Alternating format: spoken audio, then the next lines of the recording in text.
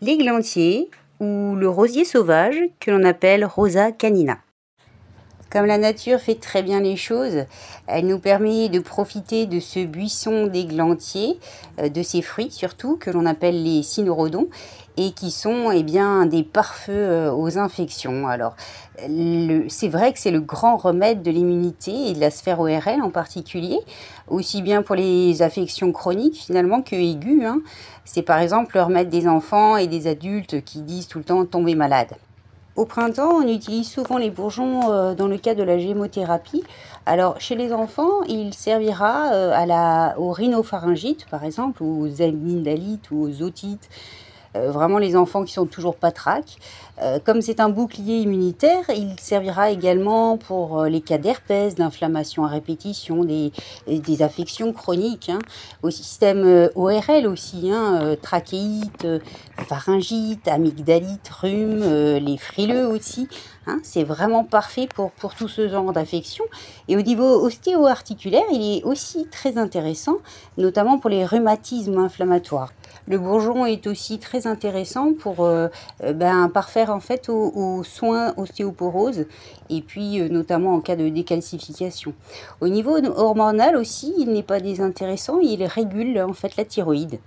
Au niveau de la peau, il a aussi un rôle cutané, alors notamment dans les cas de verrues, comme je vous le disais tout à l'heure, hein, les herpès, l'eczéma, les furoncles, etc. Les inflammations tout simplement des muqueuses. Concernant le buisson lui-même, hein, les feuilles sont... Alors, il y a entre 3 et 7 folioles, on va dire. Et puis, une terminale, toujours, les feuilles sont dentées et elles sont vraiment similaires à celles du rosier, avec des épines, bien sûr. Alors, attention à vous. Fin de l'été, donc on commence la période maintenant de la possibilité de ramasser les cynorrhodons, pardon, les fruits.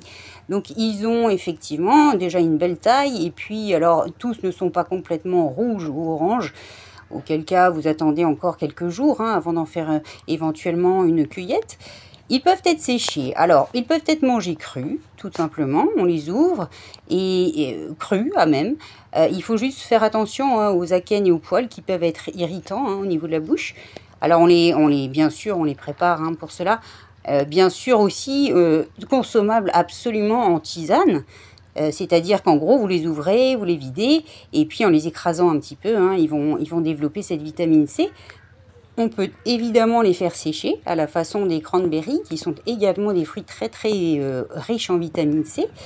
Le fruit en lui-même contient énormément de vitamines. Alors tout d'abord la C hein, à raison de presque 1%, donc c'est dire, hein, ainsi que la quasi-totalité des vitamines du groupe B.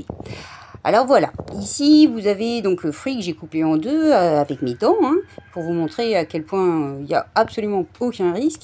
Vous enlevez les akènes, vous enlevez les poils, vous le frottez. Vous pouvez en faire aussi des gelées, des confitures. Sachez que je vous propose aussi de suivre des cours, alors à la carte, selon le domaine qui vous intéresse le plus, de façon individuelle, d'une durée de 1 heure à distance, en ligne.